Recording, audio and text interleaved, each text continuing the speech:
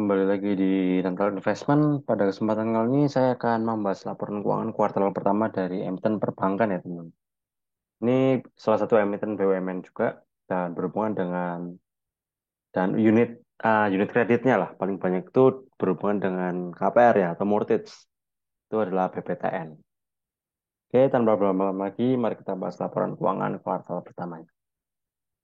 Kasnya naik ya dari 1,4 triliun ke 1,86 triliun. Total asetnya naik cukup signifikan dari 367 triliun ke 401 triliun.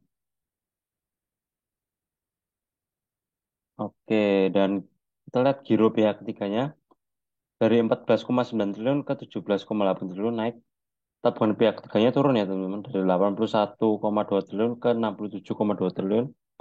Dan deposito pihak ketiganya naik ya dari 54,2 triliun ke 61,3 triliun. Jadi total dana pihak ketiganya naik juga dari 109 triliun ke 112 triliun.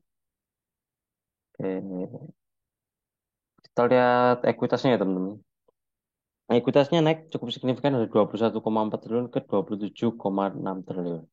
Nah, di sini saya juga memprediksi berapa total ekuitas yang akan didapatkan oleh PTN di akhir tahun nanti atau kuartal 4 ya. Yaitu dengan cara menggunakan persentase peningkatan ekuitas dari kuartal pertama hingga kuartal 4 di tahun-tahun sebelumnya. Nah, kalau kita lihat di sini tahun 2022 upside-nya 20,6%, 2021 11% dan 2020 21%. Hasilnya tidak konsisten ya teman-teman selama 3 tahun terakhir. Maka saya menggunakan angka yang cukup rendah lah atau konservatif, yaitu hanya 10% saja. Sehingga total ekuitas BTN di Erto nanti sekitaran 30,3 triliun. Baik, kita masuk ke income statement-nya. Pendapatan bunganya naik teman-teman 7% dari 5,4 triliun ke 5,8 triliun. Beban bunganya juga naik dari minus 2,3 triliun ke minus 3,2 triliun. Operating income-nya naik ya, cukup signifikan 17% dari 962 miliar ke 1,1 triliun. Net income-nya naik 3% dari 774 miliar, 774 miliar teman-teman, maaf, ke 800,8 miliar. Oke, di sini juga memprediksi lah berapa net income yang akan didapatkan BTN di akhir tahun nanti, yaitu menggunakan data peningkatan net income dari kuartal pertama hingga kuartal 4 di tahun sebelumnya. Nah, kalau kita lihat di sini, selama 3 tahun terakhir atau 3 tahun sebelumnya itu konsisten di 250 persenan sampai 300%.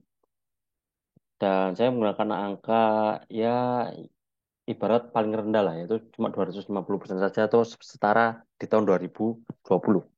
Sehingga total net income-nya diprediksikan hanya sekitar 2,8 triliun.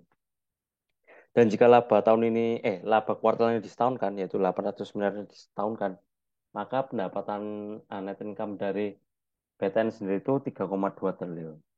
Ini hanya sekedar subjektif ya teman-teman. Apa namanya asumsi subjektif sekali. Ayo kita lihat cash flow-nya.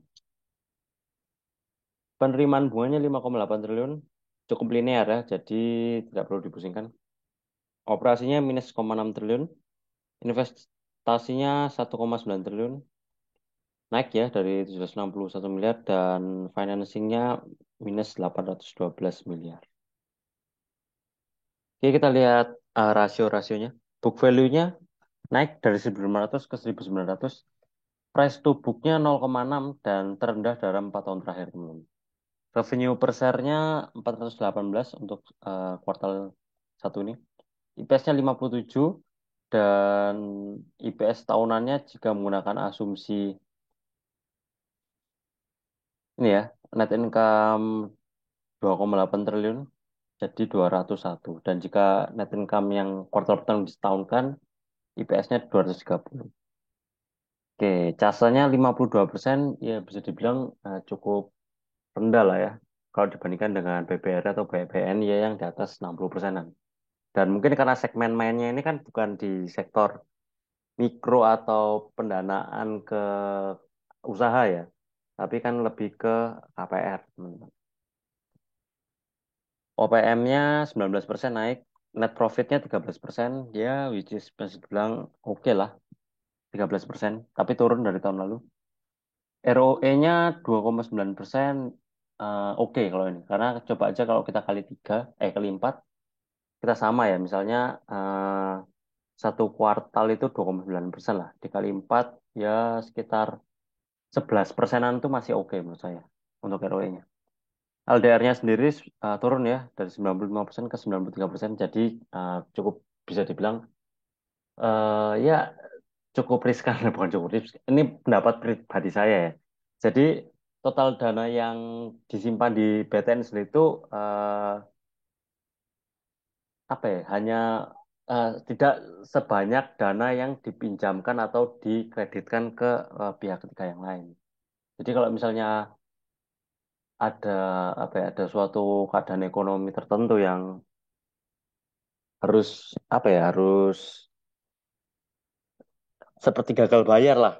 Kemungkinan gagal bayarnya ada karena kan dana dana di BTN sendiri itu nggak ada. Jadi orang-orang orang kalau misalnya orang pada mau nyairin kan eh, cukup susah ya karena dananya itu semua disalurkan menjadi kredit di pihak lain. Itu mungkin sederhananya teman-teman. NIM-nya 3,5% turun ya. Oke lah, menurut saya masih ya biasa aja lah NIM-nya. NPL-nya turun dari 3,6% ke 3,5%. Tapi kalau lihat di sini efisiensinya cukup rendah 30%, walaupun naik ya dari tahun lalu 17%. Jadi cukup efisien lah manajemen dari BTN sendiri. Bobo ini kan perbandingan antara beban operasi dengan pendapatan operasinya kan. Hanya 30% saja. Hanya di rasio 30%. PI rasionya kuartal 1 21,4, PI rasio tahunannya bulan asumsi yang ini 201 itu 6,1. Dan selama 3 tahun terakhir, BTN membagikan dividen 2 kali ya, di 2021 dan tahun buku 2022 kemarin ini. DPS-nya 22 dan 43, 43 di tahun ini, di tahun buku 2022. Di DPR 12,8% dan 19,6%. Nah, di sini saya juga memprediksi lah berapa dividen yang akan didapatkan oleh eh, yang akan diberikan oleh BTN nanti di tahun buku 2023. Nah, kita gunakan DPR ya 15% saja lah. Jadi asumsi ya, kita berasumsi hanya 30 per lembar saham saja yang dibagikan sebagai dividennya. Oke, kita lanjut ke asumsi nilai wajarnya. Kita asumsikan growth-nya 5% ya. Coba kalau kita lihat CAGR pendapatan bunga saja ya teman-teman. Itu di 1% teman. Walaupun kita tahu mungkin di kemudian hari atau di siklus berikutnya itu jika suku bunga udah turun, pendanaan apa penjualan mortgage atau rumah itu mungkin akan meningkat ya. Dan ini berdampak juga ke BTN. Tapi kita cukup konservatif saja. Saya cukup konservatif hanya 5%. IPS yang bulan ini 201 jadi 211 dipotong asumsi inflasi 6% jadi 199 ditambah book value-nya 1900 dan harga wajarnya di 2100. Ada margin of safety sekitar 42%. Oke. Coba kalau kita dari BBV average ya teman. Asumsi nilai wajar dari BBV average 4 tahun. BBV average-nya di 0,9 dan BBV sekarang itu di 0,6 teman. Dan harga wajarnya di 1819. Nah, 1819 ini didapatkan dari book value sekarang dikali BBV average-nya teman-teman. Di 1800-an. Harga wajarnya di 1800.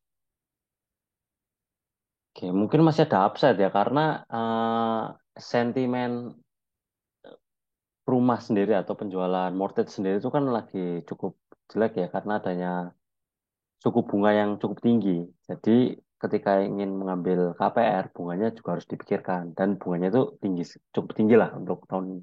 Makanya belum siklusnya properti lah ibaratnya.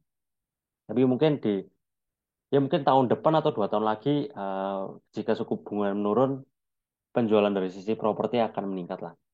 Itu mungkin prediksi saya ya. Ya, analisis-analisis sederhana dari saya sendiri. Oke.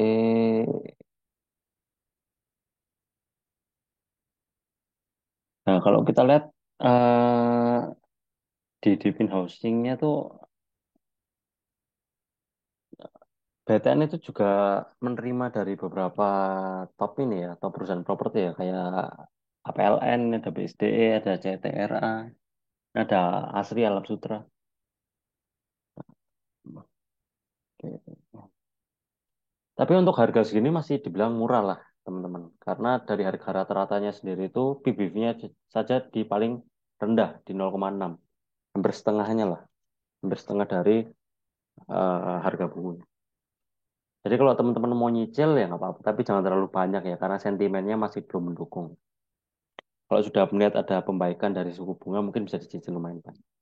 Itu menurut saran saya ya. Oh ya, ini bukan sarana untuk teman-teman menjual atau membeli saham ya. Hanya sekedar analisa pribadi saya. Oke, gitu aja ya. Mungkin jika teman-teman ada pendapat, kritik, dan saran, silakan tulis saja comment section. Dan jika teman-teman ada emiten yang menurut teman-teman menarik, tulis saja comment section kalau sempat saya akan bahas. Dan jangan lupa untuk like, comment, and subscribe. Terima kasih.